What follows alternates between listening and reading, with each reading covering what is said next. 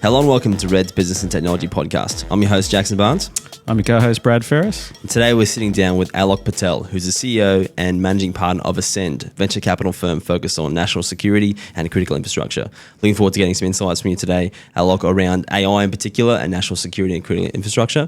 Mate, thanks for coming on the show. Do you want to start with an introduction to your background? Thanks, Jackson.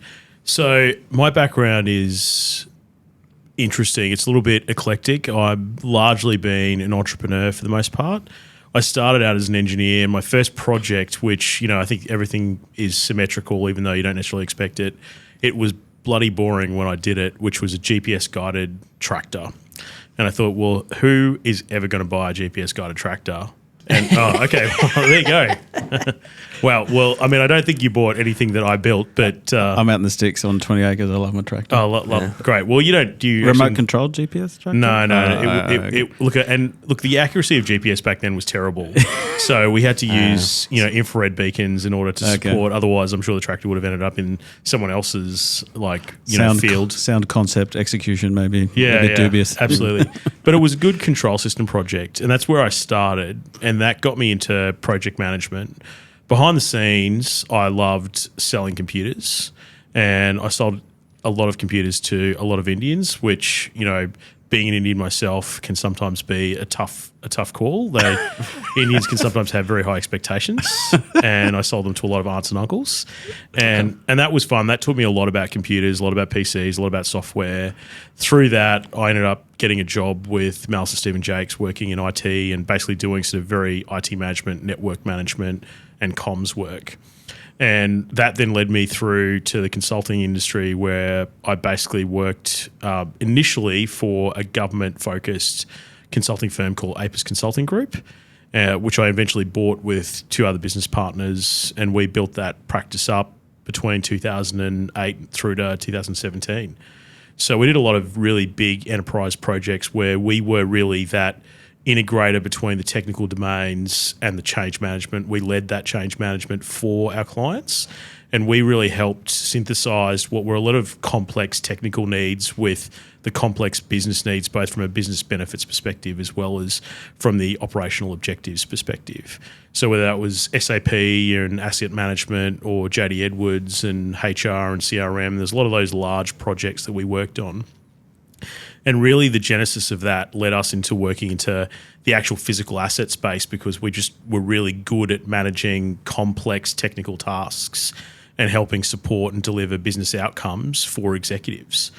So the last really wicked project that I had a hand in was basically about how do we answer the question, how do we deliver a fully autonomous rail capability?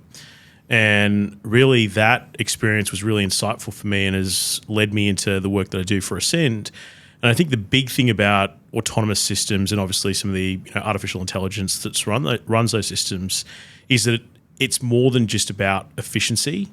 And of course, that's where a lot of businesses do focus technology and definitely. frankly, obviously need technology is to drive efficiency, because it leads to more options. It obviously leads to more profitability, but it's about at what point do we ask the question, well, efficiency is not enough, or actually efficiency can move us into a position where we're unable to adapt to change? And it was the observation of this autonomous rail operation that kind of really sowed the seed for, well, technology is actually moving us to a point where we're at a point of inflection where the whole nature of the business has to change when we implement the kind of technology that is suddenly coming and becoming commercially available. It is not just about being hyper efficient. It's about what is our business doing and what can our business or should our business be doing. So Azcende really took up that challenge because I recognized a lot of big industry customers don't necessarily want that change specifically. There's too much risk in it. It's not necessarily profitable immediately. They won't back the kind of technology that might be needed. So maybe it's better to write checks and help those tech companies go from a great idea into a great business. And obviously we all know where, a lot of tech companies, Uber as a great example, that has come onto the market and completely revolutionized transportation. And, if you had said to someone before Uber was founded, hey, I'm going to start a taxi company, they look at you and go, you're a bloody idiot. I'm assuming I can say idiot on the podcast. You're good, mate. Yeah, excellent, great. Just you can beat me out if I get too crazy. But that's the kind of thinking that Azcende applies, is looking at disruptive technology and backing it so that we can then grow it and it can become a fabric of critical infrastructure of people's livelihood. So essentially what you're doing in Azcende is your venture capital into companies that typically around critical infrastructure and technology and national security? Is it essentially? Yeah. So the way we see national security is, for Australia, it's a single point of failure. And what that means is, if you look at the global, like the geopolitical construct that we've got right now, there are some real questions around trade with China, broader global transit. We've had a lot of supply issues. There are big issues around fuel reserve. So we have about 20 days fuel reserve at the moment. I mean, if that suddenly dried up, COVID had most people running for toilet paper. And, we were out of toilet paper all over the place, even though that was never going to be the problem. So you have people running for fuel. We'll be out potentially in a lot shorter than 20 days.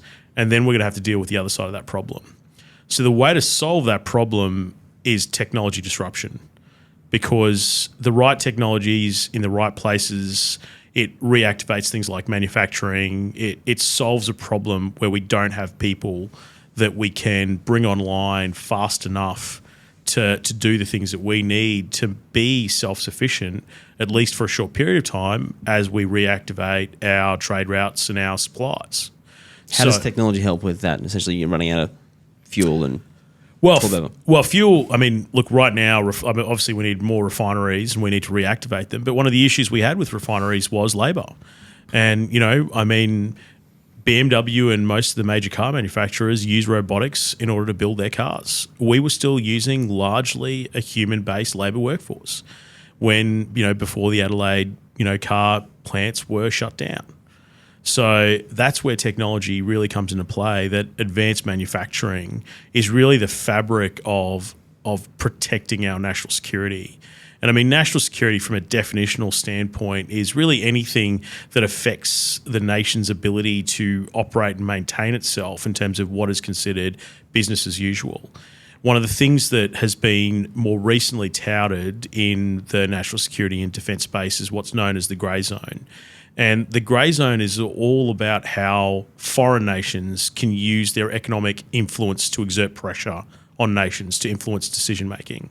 And when you think about, what's going on in the world, there are nations out there that have been putting other nations in debt through infrastructure deals that basically mean they can influence the kind of decisions they make on the global scale. So, I mean, and, specifically we are talking about China, and China has been doing that in Africa. I mean, basically most of the African nations in the Human Rights Commission basically have some debt owing to China. And it's these sort of things that we do not want to be in the situation where we are influences exerted because of economic pressure. And so having the right technologies in various supply chains, in various industries that overcome what will take time to bring online. It'll take time to train people. It'll take time to bring people into that manufacturing space or the variety of industries that we'll need to activate if something does happen in terms of a potential global conflict. It's interesting, that all the countries with trade across, accelerated, I guess, humanity a fair way, but there's also a bit of a problem when it comes to national security. So it makes a lot of sense. Can I just jump in? So I probably didn't really think of the national security definition the way you just explained it, which was quite interesting. So in the context of your fund, your scope or your mandate, is it that broad? So it is. It's when the rubber hits the road, we obviously talk about very specific types of technology, and that's really where the limits are applied. So whether it's artificial intelligence, cybersecurity, energy tech, space tech, or robotics autonomous systems, that's really where our limits come into play. because we know we have expertise in understanding both how to evaluate the underlying technology, but evaluate the business potential, which is really the big thing that delivers returns for investors. And obviously that is one of my priorities as managing partner, where my investors care about my ability to deliver returns. And so the evaluation is, whilst tech might be great, it's about what is that in a business, and can it rapidly adapt, acquire customers, deliver value to the marketplace. And so that's why we've obviously been limited in terms of the types of technologies we'll invest in. AI kind of is probably a little bit broader because of where it can go. And, AI, we're really referencing the thinking rather than the physical domain, which is what the robotics references. But fundamentally, the broader intent of national security is actually quite broad, yes. So you would look at, okay, does it fit that into that definition first? And then is it this type of technology, one of the types of technology you mentioned? So it could be, hypothetically, it could be robotics in a manufacturing plant, like you said. Absolutely. Cool.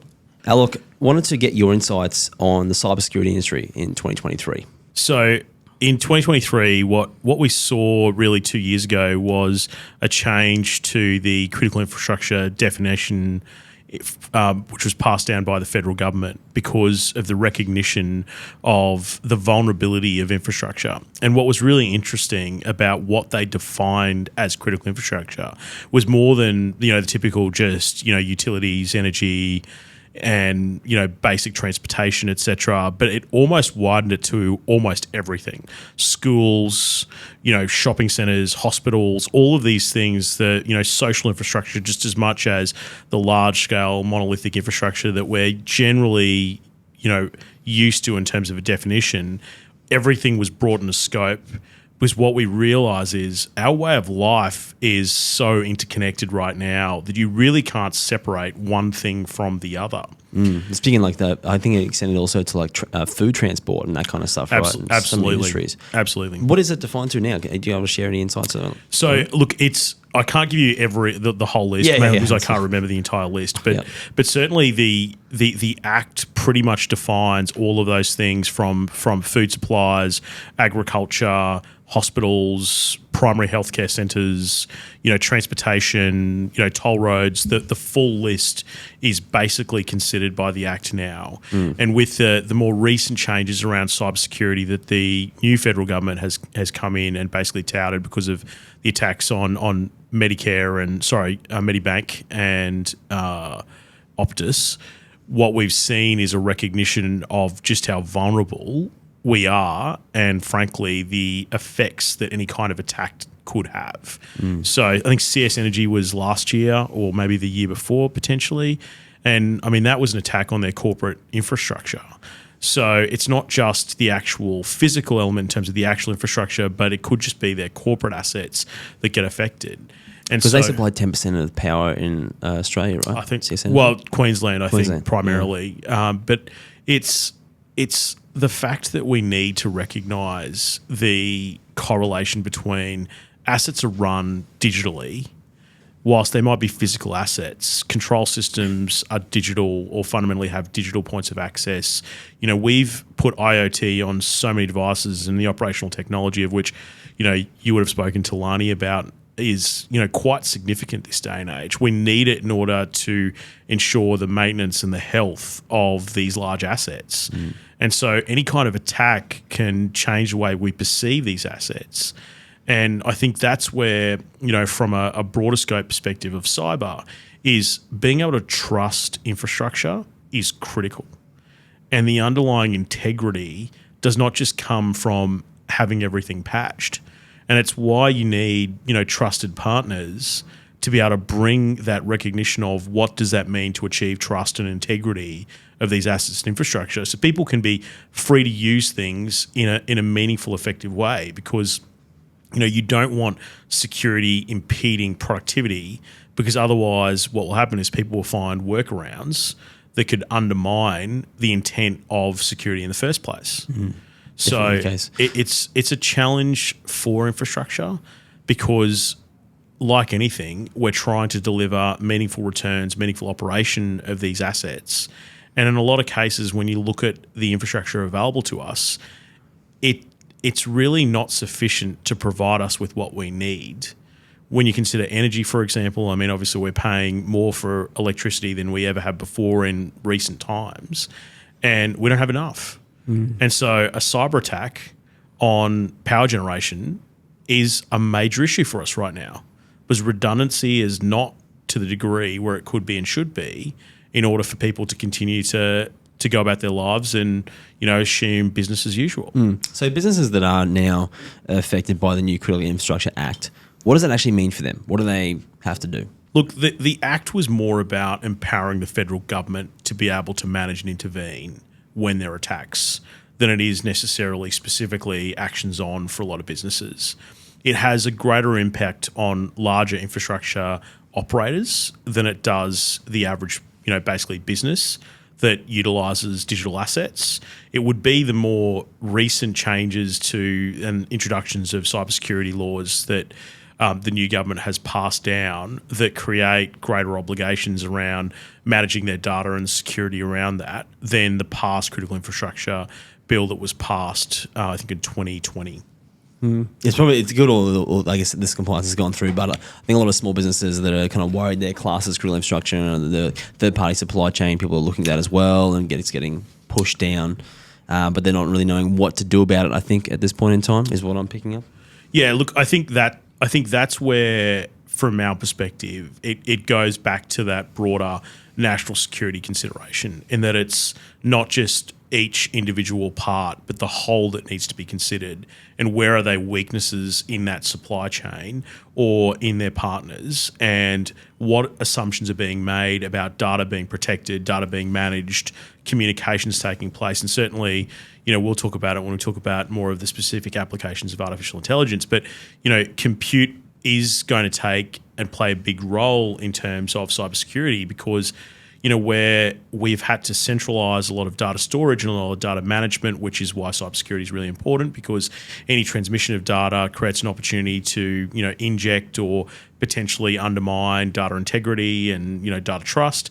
Well, if you're computing at the edge, you are now reducing perhaps the footprint from a security standpoint, and you're centralising it around that actual physical asset.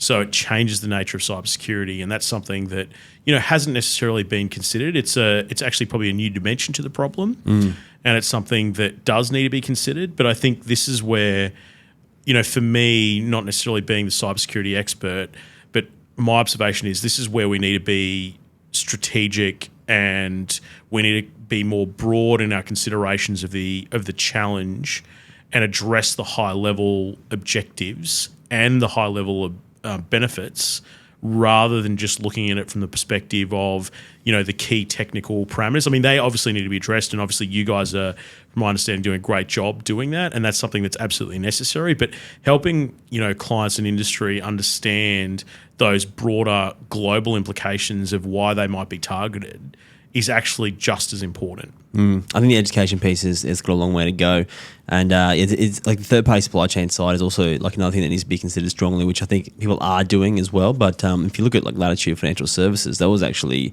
that ransomware breach was actually, or data breach was actually let in from their IT provider DXC, and so you really have to be careful these days who you partner with for everything, whether it's any third-party system you've got, all that kind of thing. Like I think there was a MyDeal breach as well. There was like a basically third-party supply chain as well. So it's getting more and more important. What's an example you've got of a successful startup that's helped in Australia in critical infrastructure? Yeah, so look, a good example that we've seen that they've been around for a little while now is Redback Technology. So they're in the solar space, and they've used AI to be able to better map the utilisation and management of solar energy. Do they make batteries as well? Yeah, they do. Yeah, so they're a great example, and what I like about that example, and a lot of what's changing with startups, is because inherently startups don't have a lot of capital to throw around. And so they need to solve problems without the underlying infrastructure that, big incumbents have been able to rely upon. And so ultimately it's that benefit where they try and solve the same problem with a lot less money, but usually in a manner with new technology that's more distributed rather than centralized.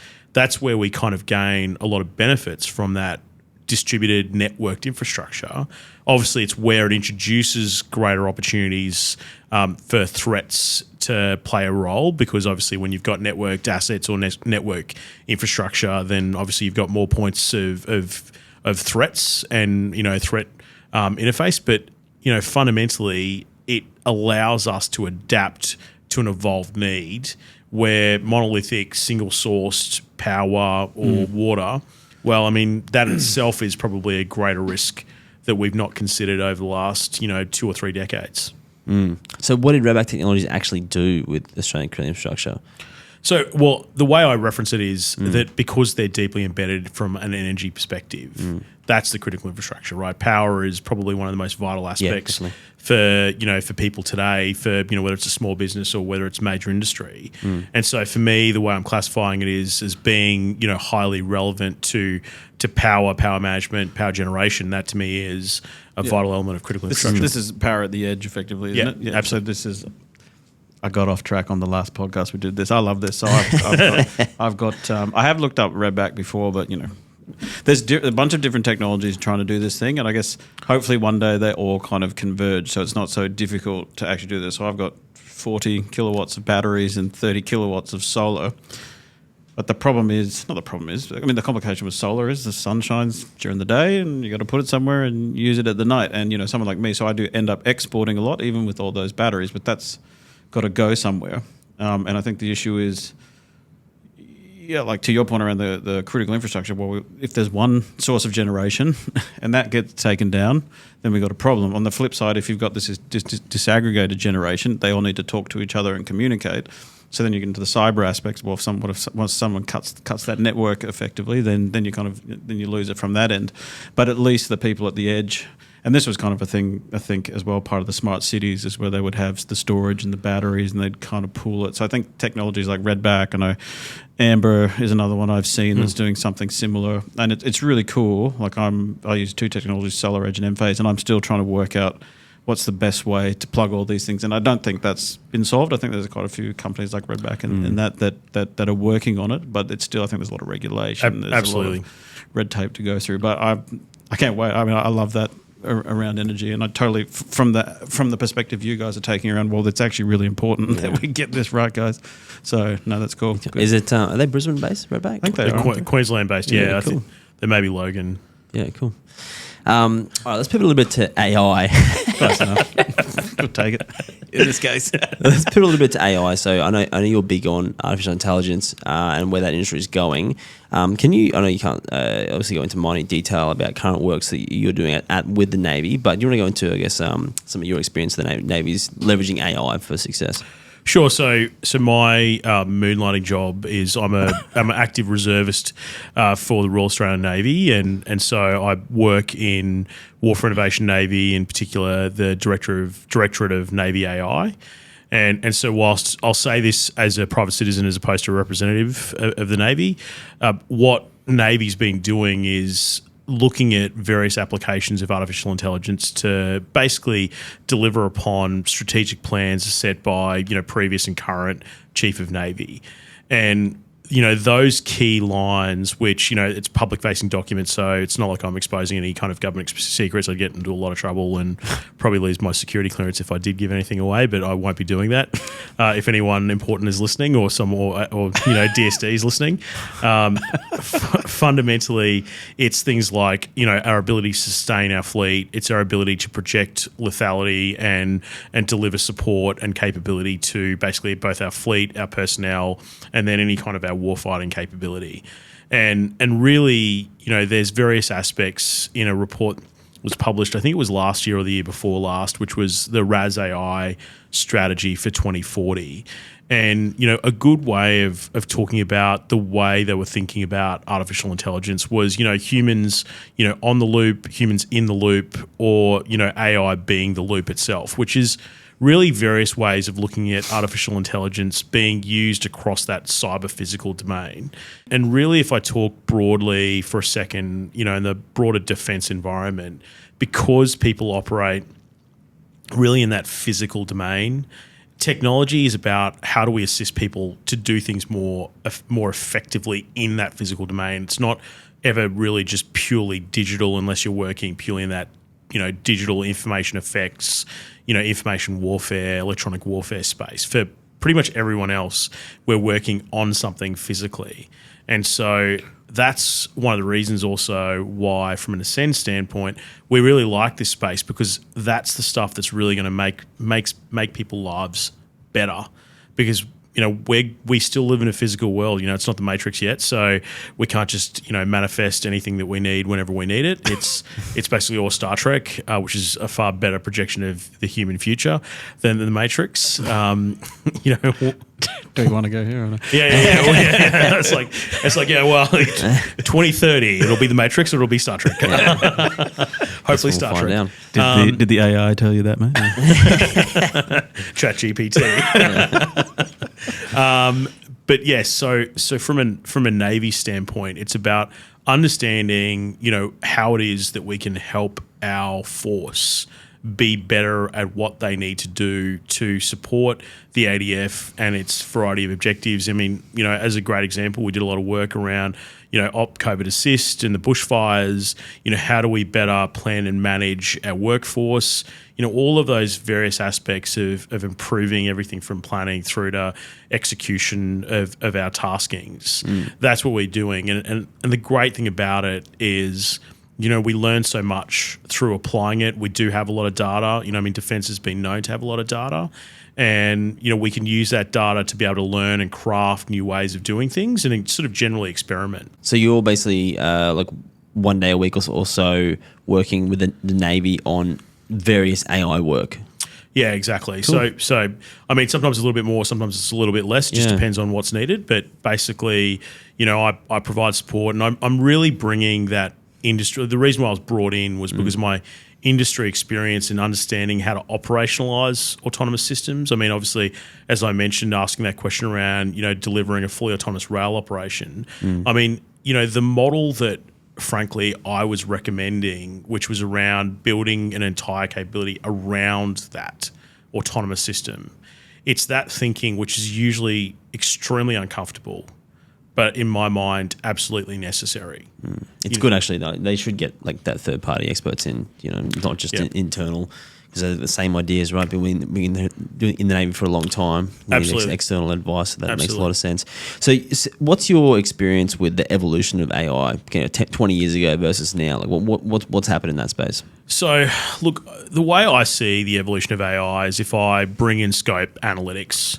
So, for the most part, Excel was really the infancy of being able to be novel about the way we represent data and use data to help us make better decisions, right? Excel still blows people's minds sometimes. And look, it's going to probably continue to, with the way Microsoft's trying to use AI, generative AI, as part of, its development of the Office suite. So, that I see that element of the really light aspects of machine learning was something that we had but didn't necessarily know about, because let's face it, it was in, dark corners of, universities that were using neural networks to, evaluate decisions and do very basic taskings like play chess, right? And DeepMind, obviously, which, showed that it can beat a grandmaster at Go.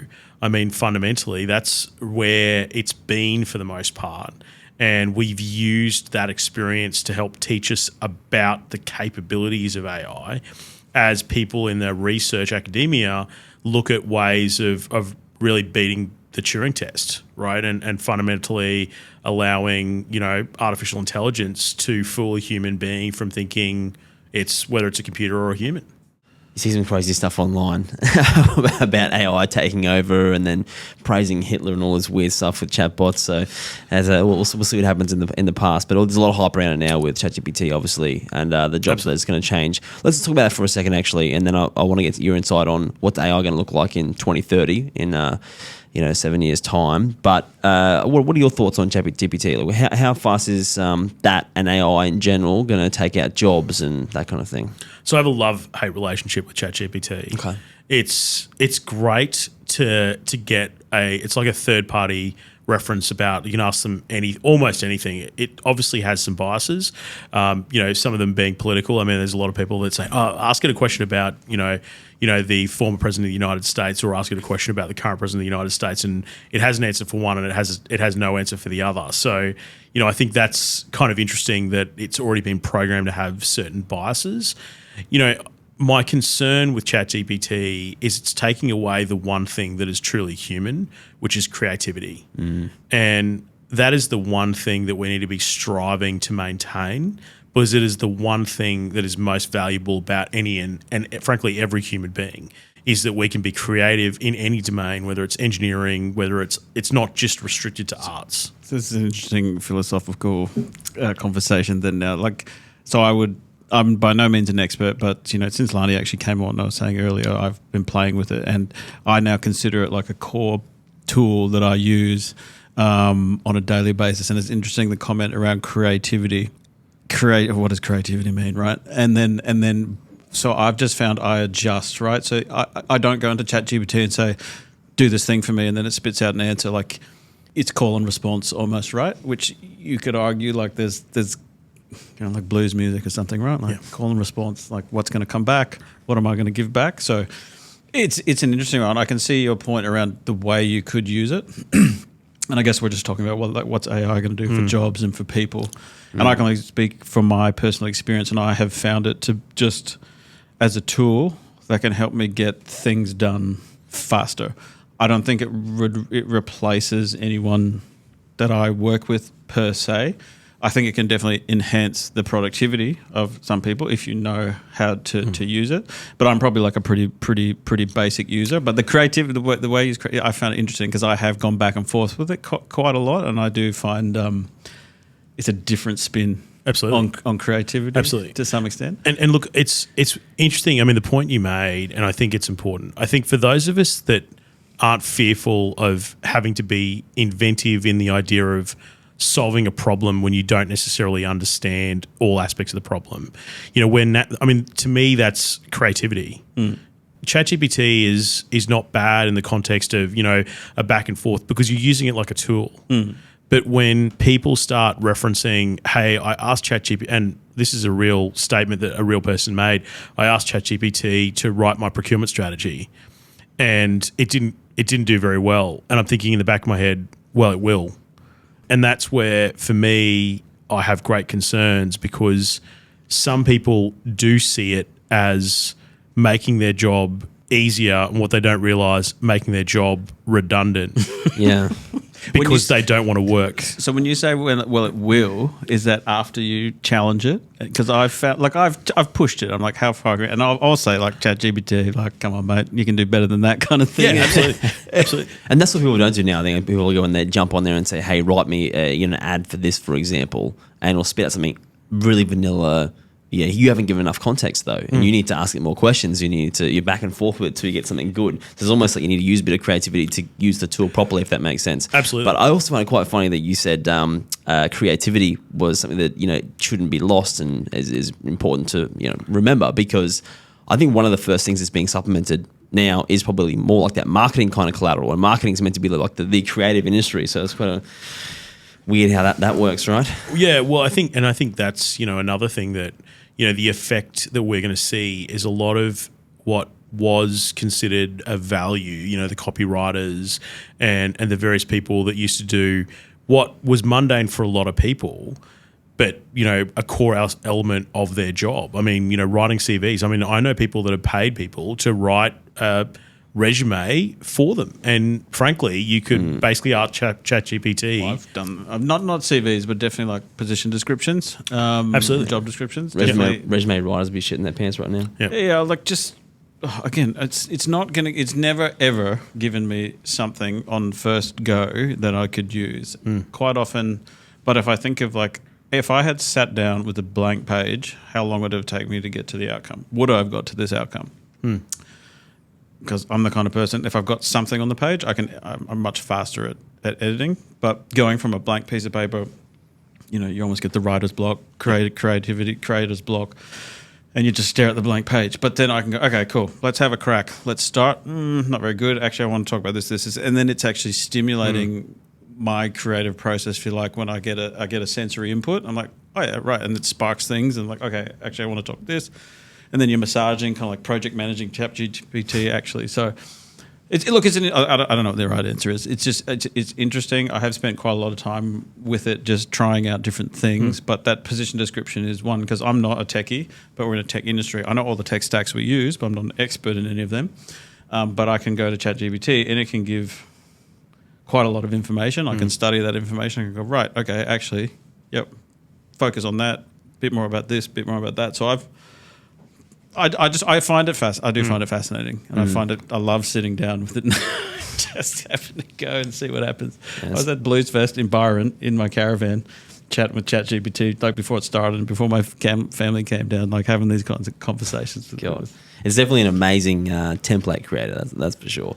Where do you think that this space is going in the next kind of 10 years? So, Microsoft's already announced its Copilot, which is a product that looks wild. Amazing. Yeah. And I think what Copilot demonstrates areas for AI which might be subtle in its use and its benefit, and then we'll have other types of AI that will be far more pervasive in the way they engage with us.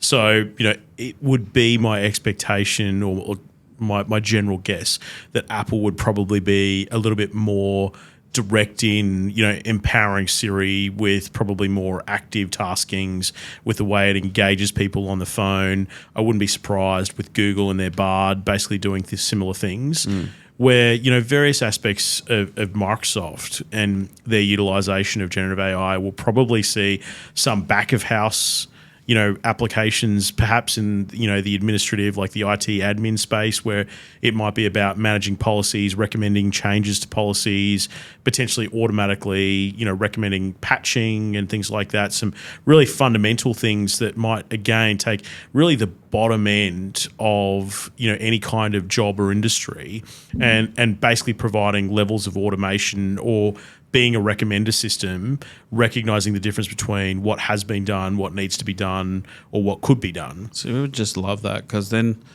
instead of taking away a job, it just repurposes a job to me. It's like, okay, we don't have to do that, so now we can do this.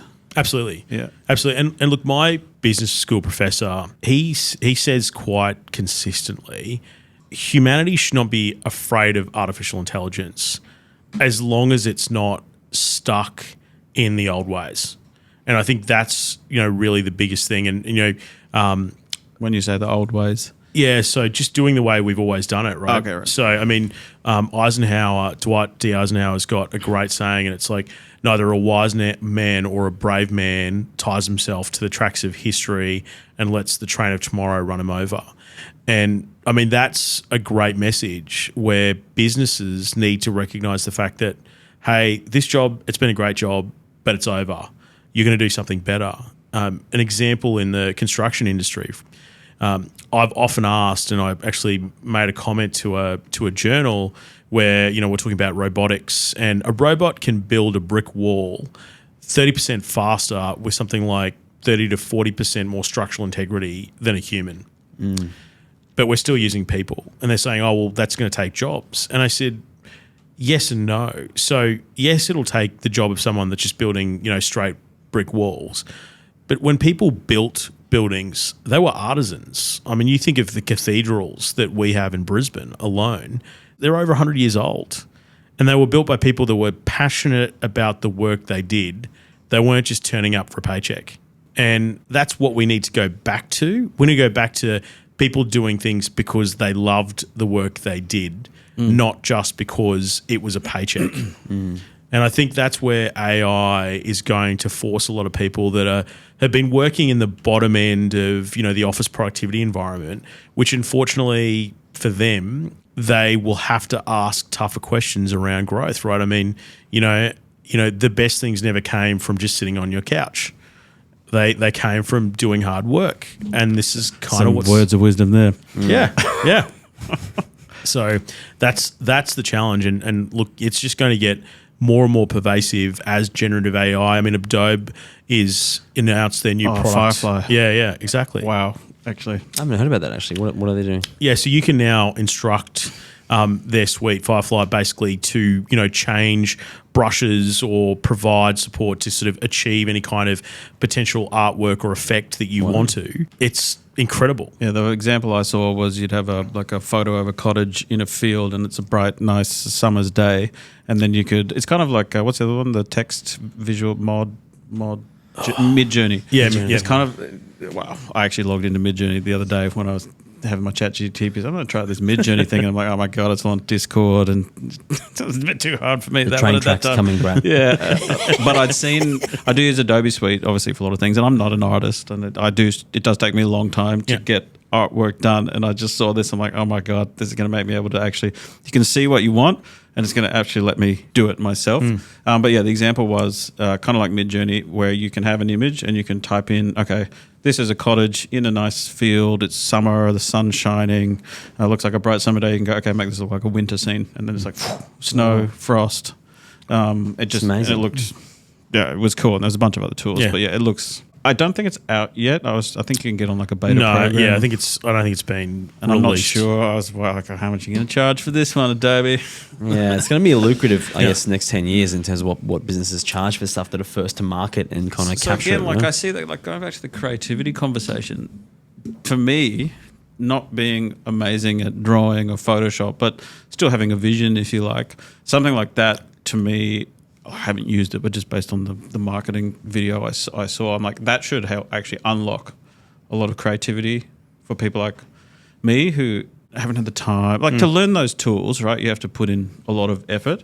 It's kind of like, I don't know, I was into music in the music industry, but the dawn of these things and the democratization, if you like, of the music industry, like you used to have to like get $1 million minimum to go into a big studio with all the gear and the amps and the big mixing board, but literally, if you got half a brain with this microphone and this computer, I mean, you can make a number one hit on the charts.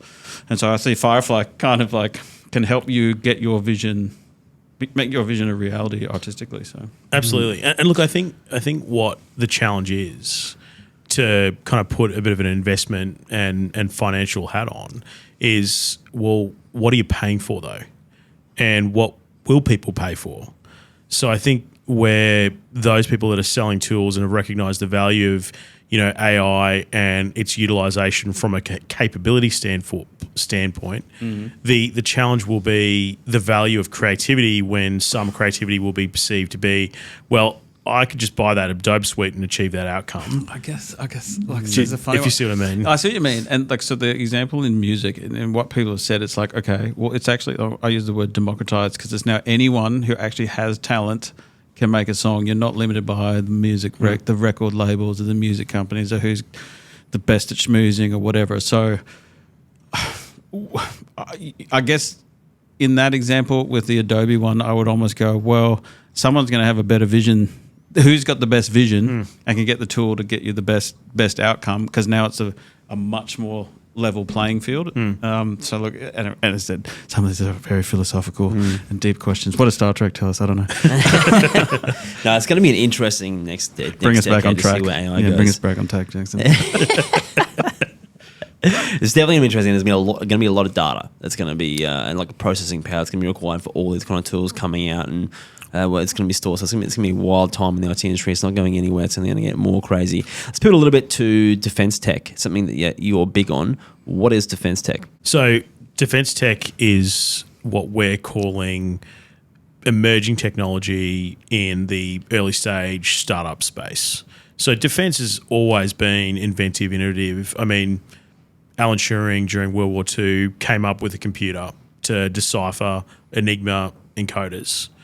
GPS defense capability, because we didn't know where our ships were, where, basically our assets were.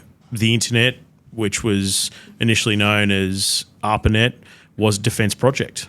So critical aspects of the information age all came from defense. DARPA, Siri was actually a DARPA project that they rejected, and obviously what ended up happening was obviously Apple bought the capability. So, this is DARPA, and, invention in the defense environment is not something that is uncommon. It has just been that since World War II and the Cold War, defense as an industry and as an organization, being the actual departments of defense across the West primarily, move from being about performance to being about economics. How do we buy things cheaply? We need to maintain supply because the world was largely at peace. I mean, yes, we had Afghanistan, but the reality is, that was a very isolated environment that most of the world didn't see the effect of, beyond the Americans, beyond those that were involved. And it was easy to manage, the logistical requirements because fundamentally it was contained within one nation. Now, obviously, we're facing a potentially very different environment should the world fall into some form of global conflict. And, now as a point of evidence is that people are taking this seriously. I mean, even Australia's Future Fund in their portfolio construction report from last year recognised hot and cold wars as being something that will impact people's portfolios.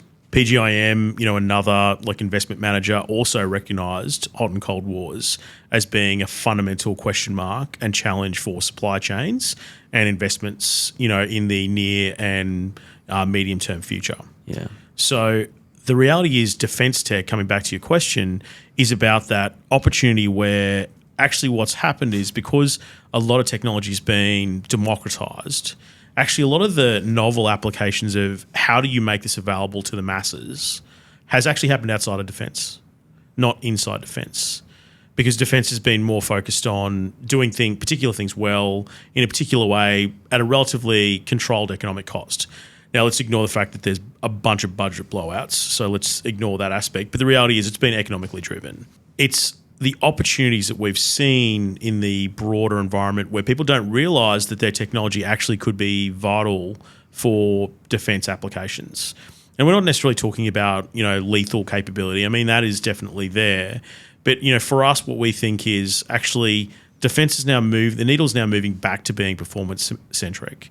You'll hear a lot of references to asymmetric capability, which is really their way of saying, can we do more with less? And can we do it extremely well?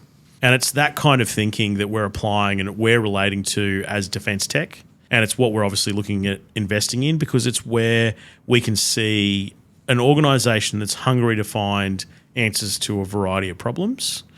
And, we learn and grow, or startups will learn and grow through that experience and just build better products or build a better business.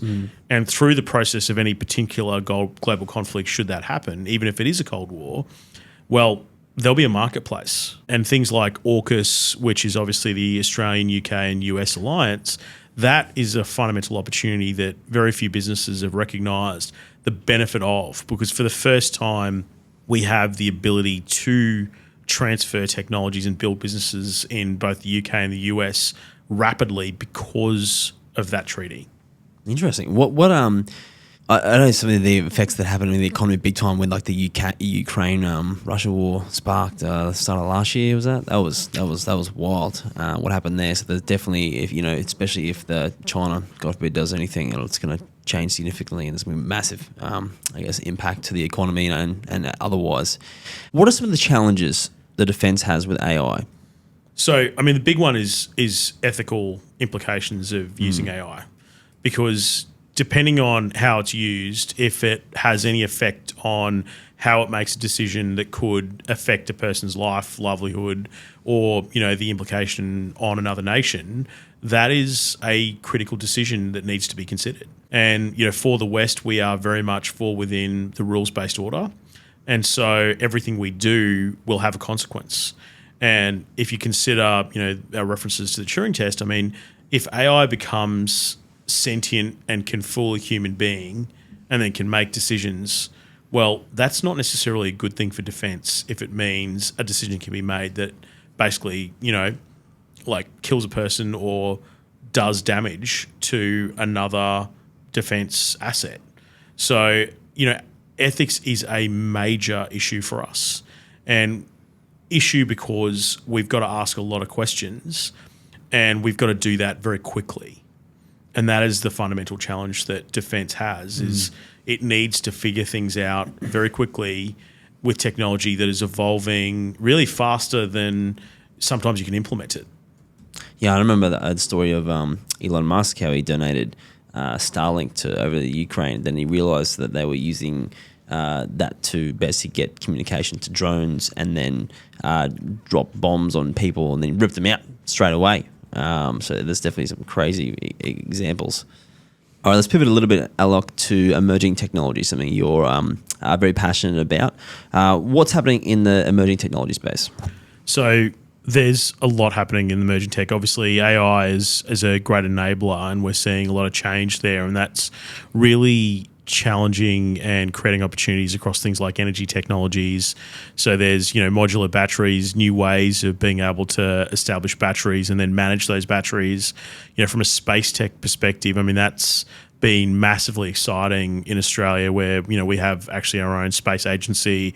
We have an astronaut that's going to be going to the ISS in near course. She started her training, which is also equally exciting. One of the fundamental aspects we've seen in the space tech space, which is more than just satellites, it's the underlying environmental systems that we're starting to develop.